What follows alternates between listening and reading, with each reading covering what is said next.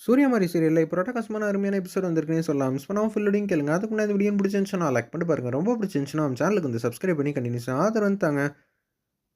சங்கரபாண்டியன் தாராவும் அந்த வீட்டுக்கு வந்து அந்த வைரத்த எடுக்கணுங்கிற மாரி யோசிச்சுட்டு இருக்காங்க. வீட்டுக்குள்ள வந்து இவ்வளோ விலை மதிப்பு உள்ளான வைரம் இருக்குன்னு தெரியாமயே போயிடுச்சே! அதுவும் 1000 கோடிக்கு மேலயா? என்ன செய்றது? எப்படி கண்டுபிடிக்கிறது? சங்கரபாண்டி வந்து யோசிச்சுட்டு இருக்காங்க. தாராக்கு தெரியாம அந்த வைரம் மட்டும் என் கண்ல பட்டுருச்சு. தாராக்கு டாட்டா காட்டிட்டு நான் மிகப்பெரிய தொழிலதிபரா ஆக வேண்டியதுதான் அப்படின்னு சொல்லி யோசிச்சுட்டு இருக்காங்க நம்ம சங்கரபாண்டி. ஹாசினி வந்து ஒட்டனைய வந்து அடிச்சிட்டு இருக்காங்க. அப்பன்னு பார்த்து நிப்பாட்டுறாங்க நம்ம ஹாசினி வந்து தாராவையும் சங்கரபாண்டியும். மாயா, நீங்க எங்க போயிட்டு வந்திருக்கீங்க? எங்க போறீங்க? வர வர உங்களோட நடவடிக்கைலாம் வந்து வித்தியாசமா இருக்கே! அப்படின்னு சொன்னோனே வந்து ஆச்சரியமா போயிடுது அந்த இடத்துல. என்ன இவ கரெக்ட்டா வந்து கேட்குறாளே! சிஸ்டர் என்ன சொல்லி சமாளிக்கிறது? ஏதாவது சொல்லி சமாளி அப்படின்னு சொல்லிட்டு, இல்ல ஹாசினி எங்களுக்கு நெறைய வேலை இருந்துச்சா, வர வர மாயா கூட வந்து நீங்களும் வந்து கோயிலுக்கு பக்திமயமா வந்து போய்க்கிட்டே இருக்கீங்க பார்த்துக்கங்கன்னோனே, சரி ஹாசினி வாங்க சிஸ்டர் நம்ம உள்ள போய் ஏகப்பட்ட வேலையெல்லாம் இருக்குல்ல, அத போய் பார்க்கலாம் அப்படின்னு சொல்லிட்டு, ஹாசினி ஏதாவது இருந்தானா கேள்வி மேல கேள்வியா வந்து கேட்பா அப்படின்னு சொல்லி யோசிச்சுட்டு இருக்காங்க. பக்கம் வந்து மேல வந்து அந்த வைரம் எங்க இருக்குன்னு சொல்லிட்டு எல்லா இடத்துலயும் வந்து தேடிக்கிட்டு இருக்காங்க. அதே மாரி தான் சக்கரபாண்டியும் வந்து ரூம்குள்ள வந்து போயிட்டு எல்லா இடத்தையும் தேடிட்டு இருக்காங்க. தாரா தேடுறதெல்லாம் வந்து நம்ம ஹாசினி வந்து பார்க்குறாங்க. என்ன இவங்க தேடுறாங்கன்னு ஒண்ணும் புரியலையே! அப்படின்னு சொல்லி கிட்டக்க போனா ஏதாவது ஒண்ணு சாமி பாட்டு வந்து பாடிக்கிட்டு இருக்கும். அதனால நம்ம தூரத்துல இருந்தே பார்ப்போம்ன்னு சொல்லிட்டு, அப்படியே அவங்க தேடுறதெல்லாம் வந்து பார்த்துக்கிட்டே இருக்காங்க நம்ம ஹாசினி. ஒரு பக்கம் அவங்க கீழ இறங்கி போயிட்டாங்க. ஹாசினி பார்க்குறாங்கன்னு தெரிஞ்சு. நம்ம சங்கரபாண்டி வந்து ரூம்குள்ள போயிட்டு கபோர்டு எல்லாத்தையும் தொறந்து பார்க்குறாங்க. என்னது இந்த இடத்துக்குள்ள வந்து புடவ தானே இருக்கும். நகை பணம் கூட இருக்காது. மாமா அப்படி என்ன எடுக்குதுன்னு ஒண்ணும் புரியலையே! அப்படின்னு சொல்லி அந்த இடத்துல வந்து சங்கரபாண்டி என்ன பண்றாங்கங்கிற மாரி தான் யோசிக்கிறாங்க. ஹாசினி உடனே வந்து மேல இதுதான் பழங்காலத்து பெட்டியா இருக்கு. அப்பனா இந்த பெட்டிக்குள்ள தான் இருக்கும்ன்னு சொல்லிட்டு, மேலேருந்து வந்து அந்த பெட்டிய வந்து எடுக்குறாங்க. தொறக்கிறதுக்கே வந்து கஷ்டப்படுறாங்க. தொறந்து பார்த்தா அந்த இடத்துல ருத்ராட்ச கொட்டையும், மஞ்ச கலர் புடவையெல்லாம் வந்து இருக்கு போல இருக்கு. அட கடவுளே! என்ன ஆச்சு? அப்படின்னு சொல்லி இப்படியெல்லாம் நடக்குதே! அந்த வைரம் எங்க தான் இருக்க போகுதுன்னு தெரியலங்கிற மாரி யோசிக்கும்போது, கரெக்ட்டா வந்து ஹாசினி வந்து தடுத்து நிப்பாட்டுறாங்க. என்ன இதெல்லாம்? இல்ல சும்மா தான். என்னது சும்மாவா? சும்மா வந்து எல்லா ட்ரெஸ்ஸையும் வந்து அயர்ன் பண்ணி வைக்கலாமேன்னு தான் பார்த்தேன்னு சொல்லி, சொல்லிட்டு வெளில போலான்னு இருக்கிறப்ப, அந்த ஒட்டட குச்சிய வச்சு நிப்பாட்டுறாங்க நம்ம சங்கரபாண்டிய.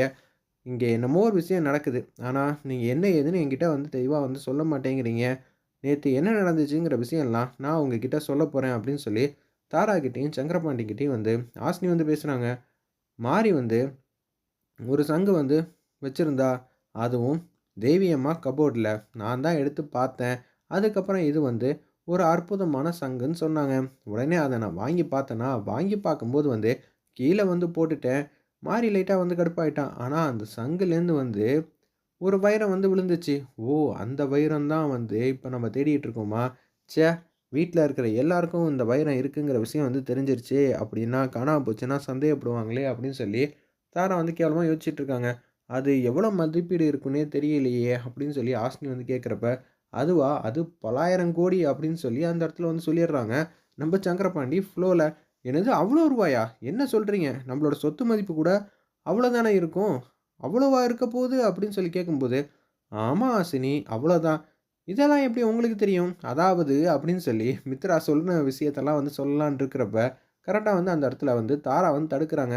அது அந்த சங்குக்குள்ள இருந்துச்சுல்ல, அதுவும் தேவி அம்மா ரொம்ப நாளா வச்சிருந்தாங்க. அப்படின்னு சொல்லி நீ தானே சொன்ன? ஆமா நான் தான் சொன்னேன். அப்படி இருக்கும்போது அது ரொம்ப அரிய வகையான பொருளா இருந்துச்சுன்னா, அவ்வளோ விலை மதிப்பீடு போகுங்கிற மாரி சங்கரபாண்டி சொன்ன வந்ததாக சொல்லி வந்து சமாளிச்சுட்டு இருக்காங்க. வேற லெவல்ல மாஸா இருந்துச்சுன்னே சொல்லலாம் அந்த சீன்லாம். உடனே வந்து ரூம்குள்ள வச்சு இந்த விஷயத்த வந்து வெளியில யாருக்கும் தெரியக்கூடாதுன்னு பார்த்தா, மாரியே வந்து அத வந்து பயபக்தியா வந்து வச்சிருக்காளா, இப்ப அத எடுத்துட்டு தான் வந்து சித்தர பார்க்க வந்து போயிருக்கா.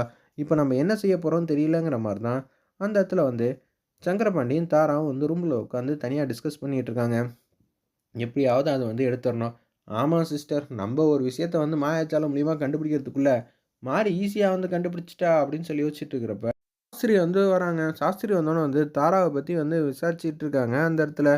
மாரி எங்க போனா? ஏது போனான்னு தெரியலையே! அப்படின்னு சொல்லும்போது, இல்ல மாரி வந்து வெளியில போயிருக்காங்கன்னோனே, சரி நான் அப்புறம் வரேங்கிற மாரி சொன்னோனே, மாரிய பத்தி ஏதோ யாரோ தாரா வந்து பேசுற மாரி தெரியுதேன்னு சொல்லி ஜன்னல் வழியா எட்டி பார்க்குறாங்க.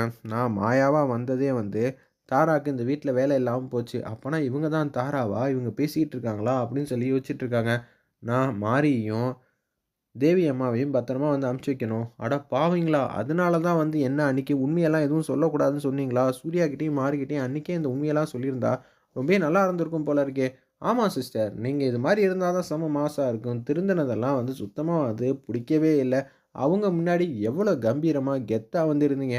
ஆனா இப்ப பார்த்தீங்களா, இப்படியெல்லாம் ஆயிடுச்சுங்கிற மாரி கேவலமா வந்து யோசிச்சுட்டு இருக்காங்க சங்கரபாண்டி அந்த இடத்துல. உடனே எதார்த்தமா ஜன்னல் வழியா எட்டி பார்க்கும்போது, "சிஸ்டர் அவன் கேட்டுட்டான் சிஸ்டர். அவன் கேட்டுட்டான் எல்லாத்தையும். அதுவும் அந்த சாஸ்திரி.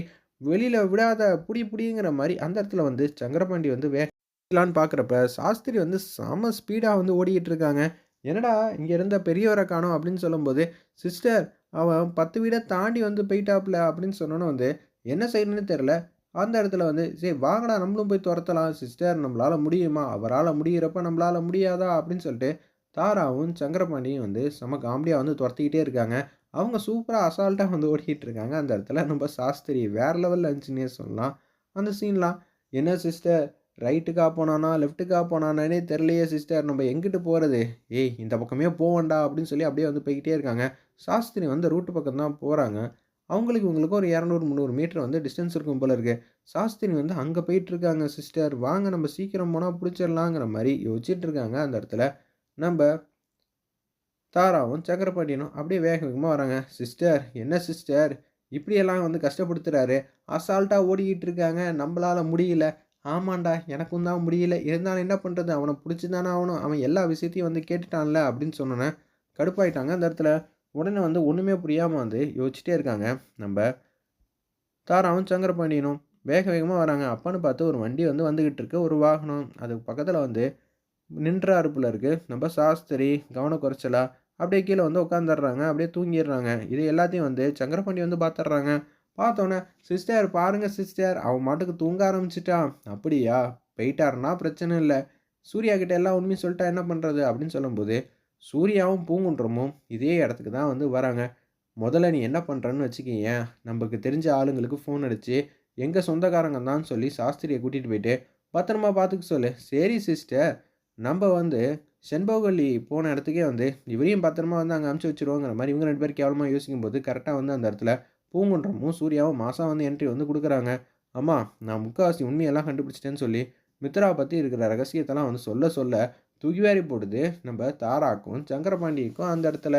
"அவங்க எந்த ஊர்லேருந்து வந்தாங்க? நீங்க இருந்த ஊர்லேருந்து தான் வந்திருக்காங்க. உங்களுக்கும் அவங்களுக்கும் எதுவும் தெரியுமா?" அப்படின்னு சொல்லி, நம்ப சூர்யா வந்து எதுவுமே தெரியாம வந்து கேட்குறாங்க, மாயா கிட்ட. இவங்க தான் கூட்டிட்டு வந்ததுன்னு எனக்கு நல்லாவே தெரியும்ன்னு சொல்லி பூங்குன்றன் வந்து மனசுல நெனைக்கிறாங்க. ஆனா என்ன பண்றது? நீங்க ஆதாரம் கேட்பீங்க. ஆதாரத்த குடுத்தாலும் வந்து கண்டிப்பா வந்து ஒத்துக்க மாட்டீங்க. அப்படி இருக்கிற சிச்சுவேஷன்ல எனக்கு என்ன சொல்லணும்? ஏது செய்றதுன்னே வந்து தெரியலங்கிற மாரி யோசிச்சுட்டு இருக்காங்க அந்த இடத்துல. நம்ப பூங்குன்றம் எதார்த்தமா வந்து பூங்குன்றம் வந்து திரும்பி பார்க்குறாங்க. ஏன்னா சாஸ்திரிய வந்து ஏகப்பட்ட வாட்டி வந்து விசாரிச்சிருக்காங்கல்ல நம்ம பூங்குன்றம். அதனால வந்து அவர கொண்டு போய் ஒரு இடத்துல வந்து சேர்த்துருவாங்க. அவங்க உண்மைய வந்து நடந்ததெல்லாம் வந்து சொல்லுவாங்கன்னு நெனைக்கிறேன்.